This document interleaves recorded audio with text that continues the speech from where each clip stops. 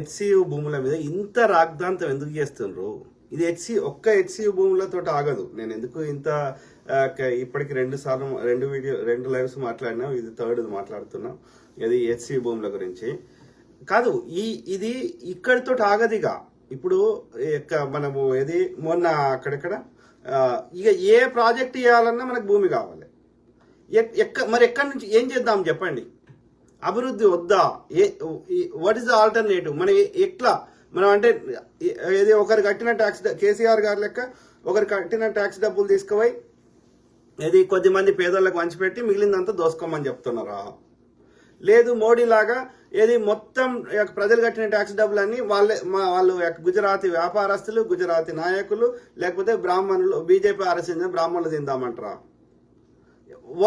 కాదు. ఎట్లా బాగుపడుతుంది చెప్పండి?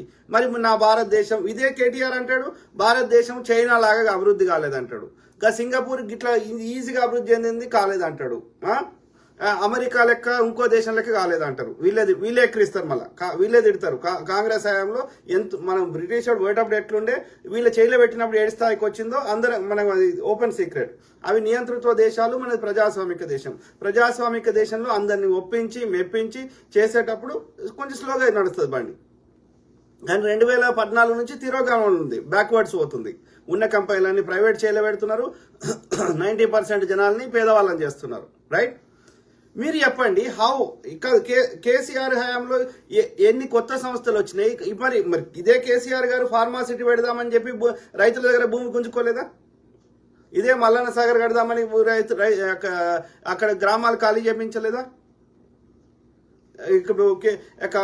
చాలా మంది ఇండస్ట్రీస్ కానీ, ఇప్పుడు వాడు చిన్న జీఆర్ అంటాడు అక్కడ 100 ఎకరాలు పెట్టి కట్టిండు కదా, మరి దానికి ల్యాండ్ ఇవ్వలేదా? ఇలా అక్కడ బంజారాహిల్స్, జూబ్లీ హిల్స్ ఒకప్పుడు గుట్టలు ఉండే, ఇవాళంతా మరి అవన్నీ ఇప్పుడు అవి ఉన్నాయా గుట్టలు? అసలు ఎక్కడైనా తెలంగాణ గుట్టలు ఇంకా మిగిలి ఉన్నాయా చెప్పండి? వాళ్ళు మిగిలినిచ్చిర్రా చెప్పండి? ఇదే నరేంద్ర మోడీ అక్కడ నర్మదా బచావత్ పెద్ద ఆందోళన చేసిర్రు మేధా పాట్కర్ గారు. అర్థమైందా? మరి అక్కడ కట్టలేదా సర్దార్ సరోవర్ డ్యామ్? మరి అందుకోసం అక్కడ ఉన్నటువంటి చెట్లని వాటిని తీసేయలేదా చెప్పండి? అక్కడ ఏమో సాబర్మతి రివర్ ఫ్రంట్ కడతారంట అహ్మదాబాద్లో, కానీ ఇక్కడ మనం మూసీ రివర్ ఫ్రంట్ కడితే కట్టొద్దంట. అంటే ఎందుకు చెప్తున్నా అంటే ఈ ద్వంద్వ నీతి ఏంది అంటే, కాంగ్రెస్ అధికారంలో వచ్చింది ఎందుకోసం? మీరు చెయ్యని పనులని కాంగ్రెస్ చేస్తుందన్న ఆశతోటి ప్రజలు ఎన్నుకున్నారు కదా. బీఆర్ఎస్ పాలన 10 ఏళ్లలో వాళ్ళు ఉద్యోగాలు ఇవ్వలేదు, ప్రజల సొమ్మును దోసుకున్నారు, అప్పుల రాష్ట్రం చేసిండ్రు, ఒక్కటి కొత్తది కట్టలేరు, పిల్లలు గొడగొడ ఏడ్చిండ్రు, ఎన్నోసార్లు పేపర్ లీక్లు అయినాయి, రైతులు బాధపడ్డారు. ఒక రుణమాఫీ చేయడానికి ₹1,00,000 రుణమాఫీ చేయడానికి 4 విడతలు చేసిండ్రు. ఆ 4 విడతలు అయిపోయే లోపల ఈ దీనికి వడ్డీ కలిపితే నువ్వు ఇచ్చిన దానికి ప్రయోజనం లేకుండా పోయిందని బాధపడ్డారు. ఇవన్నీ కావద్దని ఒక్కొక్కటి చేసుకుంటూ వస్తున్నాం కదా. దొడ్డు బియ్యం మీరు సన్న బియ్యం కాంగ్రెస్ ఇస్తే మోడీ ఇచ్చిండని ప్రచారం చేస్తున్నారు. మరి మోడీ ఇచ్చిందంటే అన్ని రాష్ట్రాలు ఇవ్వచ్చు కదా.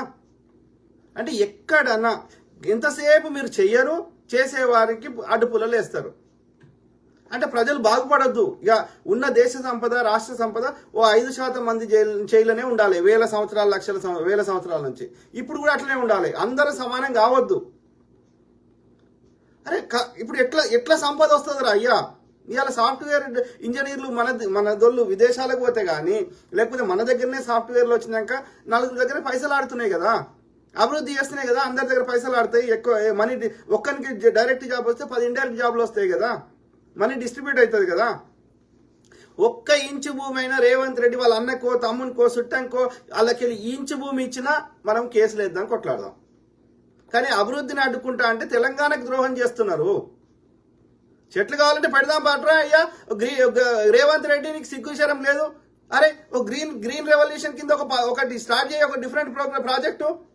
ఎన్నిసార్లు చెప్తున్నావు? మినీ అడవులు పెంచరా అయ్యా, ప్రతి ఊరికి 4 చెరువులు పెంచరా, కట్టిరా అయ్యా, 10,000 కోట్లు పక్క పెట్టరు గ్రీనరీ కోసం. అది డిఫరెంట్ ప్రాజెక్టు, దానికి దీనికి లింక్ పెట్టక అభివృద్ధికి. అరే చెప్తే అర్థం కాదు, అనౌన్స్ చేయి. గ్రీన్ హరితహారం ఒక ప్రాజెక్టు అనౌన్స్ చేయి, దానికి ఒక ఇనీషియల్గా 2,000 కోట్లు కేటాయించు, మెల్లమెల్లగా తర్వాత ఇంక్రీజ్ చేయి. దాంట్లో భాగంగా మేధావుల యొక్క పర్యావరణ రక్షకుల యొక్క పర్యావరణం కోసం ప్రాణం ఇస్తున్న వాళ్ళ యొక్క అభిప్రాయాలు తీసుకో. ఎట్లా చేద్దాం, ఎట్లా ఇంకా ఎక్కడెక్కడ ప్రతి నియోజకవర్గానికి ఒక అభయారణ్యం పెంచుదాం, ఉన్న పార్కులన్నీ చెరువులని అభివృద్ధి చేద్దాం. గవర్నమెంట్ ఇప్పటివరకు హరితహారం కోసం ఏమేం చేస్తుందో అవి పబ్లిక్ ఎక్స్ప్లెయిన్ చేయి. That is completely different project. దానికి దీనికి లింక్ పెట్టకూడదు. అరే కేబీఆర్ పార్క్ ఉంది, ఇందిరా పార్క్ ఉంది, సంజీవ పార్క్ ఉంది, అట్లాంటి పార్కులు రాష్ట్రంలో ఇంకా కడదాం, ఉన్న పార్కులు ఇంకా పెద్దగా చేద్దాం, ఇంకా ఎక్స్పాండ్ చేద్దాం. ప్రతి ఒక్క నగరంలో అక్కడ ఉన్న ఊర్లలో అంటే పెద్ద అవసరం లేదు, ఆల్రెడీ గ్రీనరీ ఉంటుంది, పొద్దుగాలు వేస్తే వాళ్ళకంతా అదే కనిపిస్తుంది. పట్టణాలలో కానీ కొంచెం పెద్ద సిటీలలో కానీ హైదరాబాద్ లాంటి నగరాల్లో కానీ ఎస్ KBR park, Indira park, Sanjay park లాంటి పార్కులను, లుంబిని పార్కు, ఇంకో పార్కు అట్లాంటివి ఇంకా అభివృద్ధి చేసుకుందాం. ఎక్కడ చెరువులున్నా ఎవడు కబ్జా పెట్టకుండా ఉండే విధంగా దాని చుట్టూ వాక్వేలు, పక్షులు వచ్చేటట్టు, లేకపోతే ఇంకేమన్నా బాతులో హంసలో అట్లా ఒక ఆహ్లాదకరమైన వాతావరణం చేస్తే సాయంత్రమో పొద్దున్నో అట్లా ప్రజలు వాకింగ్ పోతారు, నియర్ బై చేసుకుందాం. ఒక బైక్ అంటే సైకిల్, బైక్ అంటారు, ఓకే, సైకిల్ నడుపుకుంటారు, అట్లా చేద్దాం. దానికి ఒక 2000 కోట్లు ఇనిషియల్ కేటాయించు. అది పెద్ద విషయమా? దానికి దీనికి ఎందుకులే లింక్ పెట్టేది? ఎక్కడ ఎకరమో, అర్ధ ఎకరమో, లేకపోతే 5 ఎకరాలు 10 ఎకరాలు ఏ నియోజకవర్గంలో ఏ ప్రాంతంలో దొరికినా అక్కడ అదొక అడవి లెక్క మినీ అడవులు పెంచు, ఓ జువాలజీ పార్క్ లాంటిది కడదాం. దానికి దీనికి లింక్ పెట్టకూడదు. అభివృద్ధే, గ్రీనరే. ప్రతి ఒక్క మనిషికి మీకు తోచిన దగ్గర ఆ చెట్టుని ఒక ఏడాది దాన్ని కాపాడితే తర్వాత ఏం అవసరం లేదు. అది భూమి వేర్లు లోపలికి పోతాయి, తర్వాత నీళ్లు భూమిలోకి అదే తీసుకుంటుంది. ఒక ఏడాది కాపాడాలి. ఎవరైతే ఏడాది కాపాడుతారో వాళ్ళకి ఒక 1000 రూపాయలు పారితోషికం ఇద్దాం. ప్రజలు మీకు ఎక్కడ ప్లేస్ దొరికితే అక్కడ పెట్టండి, ఆ చెట్టు ఏడాది బతికియండి, మీకు 1000 రూపాయలు పారితోషికం గవర్నమెంట్ ఇస్తుంది హరితహారం కింద, ఓ ప్రాజెక్ట్ కింద. అట్లేమన్నా ఇంప్రూవ్ చేయరా అయ్యా? ఏదైనా చేస్తే ఒక ఇందిరాగాంధీ గారి లెక్క, ఒక మొగోడి లెక్క చేయాలి. ఏమంటారు, ఇందిరాగాంధీ గారు మహిళ అయ్యండి కూడా ఉక్కు మహిళ. ఎందుకంటే ఇవన్నీ ఏమంటుంది అంటే 1000 సంవత్సరాల నుంచి బ్రాహ్మణుడు పెట్టినటువంటి మనువాదము వీటితోటి మనకు కొన్ని పదాలు వస్తాయి. మహిళలారా క్షమించండి. నేను చాలాసార్లు చెప్పిన, ఏది ఒక్క పిల్లలుగా అనే విషయంలో తప్ప మిగతా అన్ని విషయాల్లో మగవారు చేసి అన్ని పనులు మహిళ చేయగలదు. ఓకే, సో కాబట్టి మహిళను ఆట వస్తువు లెక్క చూడొద్దురా అని నేను 1,00,000 సార్లు చెప్పిన. కానీ ఈ సబ్ కాన్షియస్ మైండ్ లో లెవెల్లో 100ల సంవత్సరాల నుంచి ఈ బ్రాహ్మణుడు మనకి ఆ యొక్క మహిళని చూసే విధానంలో కానీ, లేకపోతే ఈ యొక్క దళితులు ఈ వర్ణ వ్యవస్థను పెట్టడం వల్ల మనకు తెలియకుండానే, మన కంట్రోల్ లేకుండానే సబ్ కాన్షియస్ లెవెల్ కొన్ని మాటలు దొరలొచ్చు, నన్ను క్షమించండి. బట్ ఏది ఏమైనా మన సబ్జెక్ట్ నుంచి డివియేట్ కావద్దు. అంటే ఏ టాపిక్ మాట్లాడితే ఆ టాపిక్ రిలేటెడ్ ఉంటేనే ఆ చూసే వాళ్ళకి కొంచెం మీనింగ్ఫుల్ ఇన్ఫర్మేషన్ వస్తుంది. కాబట్టి నేనేం కోరుతున్నా అంటే ఇది హరితహారం లేదా గ్రీనరీ అనేది కంప్లీట్లీ డిఫరెంట్ ప్రాజెక్ట్. దానికి ఒక ప్రణాళికను ఏర్పాటు చేయండి. అయితే రేవంత్ రెడ్డి గారికి ఏం చెప్తున్నా అంటే, లీడర్ అంటే అందరినీ తృప్తిపరచడం సాధ్యం కాదు. ఏదైనా మంచి పని చేయాలి, ఏదైనా బోల్డ్ డెసిషన్ తీసుకోవాలన్నప్పుడు ఎస్ మెజారిటీ ప్రజలు అంగీకరిస్తురా అని ఆలోచించాలి తప్ప 100% అంగీకరించరు. దానికి అనేక కారణాలు ఉండొచ్చు. వాళ్ళు ప్రతిపక్ష పార్టీ కావచ్చు, బీజేపీ కావచ్చు, బీఆర్ఎస్ కావచ్చు, లేకపోతే నీ మీద వాళ్ళకి విషయ పరిజ్ఞానం లేకపోవచ్చు, లేకపోతే వాళ్ళకి ఒక ఈర్ష్య ఉండొచ్చు, ఇంకే ప్రజలు బాగుపడొద్దు, నేను ఒక్కనే బాగుపడాలనే ఉండొచ్చు. ఇప్పుడు చిరంజీవి ఉన్నాడు, ఎగ్జాంపుల్ చెప్తున్నా. చిరంజీవి అందరికీ తెలుసు కాబట్టి ఆయన పేరు చెప్తున్నా. ఆయన పేరు స్థానంలో ఎవరి పేరు పెట్టుకోండి, ధనవంతుడు. ఓకే, ఒక ధనవంతుడైన చిరంజీవి దగ్గర 1000 కార్లు ఉన్నాయి. అలా ఆయన ఒక మర్సిడీస్ బెంజో, ఇంకో కారో, ఏదో ఒక అదేంది ఫరారియో గిరారియో నడుపుతున్నాడు. ఓకే, అట్లాంటి ఆయన దగ్గర 1000 కార్లు ఉన్నాయి. ఓకే, ఒక మామూలు సామాన్య వ్యక్తి ఆయన దగ్గర పైసలు లేవు, అప్పు చేసి ఆయన కొనుక్కున్నాడు. అట్లాంటి ఫరారీ ఒకటే కొనుక్కున్నాడు. ఎందుకంటే ఆయనకు సోకు ఏది అట్లాంటి కారు నడపాలని. ఓకే, ఈయన అప్పు చేసి కొనుక్కున్నాడు. కానీ ఇప్పుడు చిరంజీవికి 1000 ఫరారీ కార్లు ఉన్నాయి, ఈయన దగ్గర ఒక ఫరారీ కారు ఉంది. ఓకే, వాళ్ళ కాన్సెప్ట్ అర్థం చేసుకోండి, వాళ్ళ డీటెయిల్స్ ఒక్కండి. అయినా సరే చిరంజీవికి ఈ సామాన్యుడు ఒక్క ఫెరారీ కారు ఉన్నా ఆయన నడుపుతుంటే ఈ చిరంజీవికి మనసు పట్టదు. అరే నీకు 1000 కార్లు ఉన్నాయి కదరా, అవి ఏడబెట్టుకోవాలి, నీకు జాగలేదు కదరా, ఆడొక్కడు కొనుక్కుంటే నీకేం వచ్చింది అని నేనంట. అంటే చిరంజీవి ఏమంటాడు, అరే నాయన ఆడు ఫెరారీ కార్లో తిరిగాయి, నేను ఫెరారీ కార్లో తిరిగితే ఆయనకి నాకు తేడా అయింది, ప్రజలు నాకేడ విలువిస్తారు, కాబట్టి వాడిని తొక్కేయాలి, వాడిని ఫెరారీ కార్ లేకుండా చేయాలి. ఈ కాన్సెప్ట్ నడుస్తుంది. అర్థమైందా?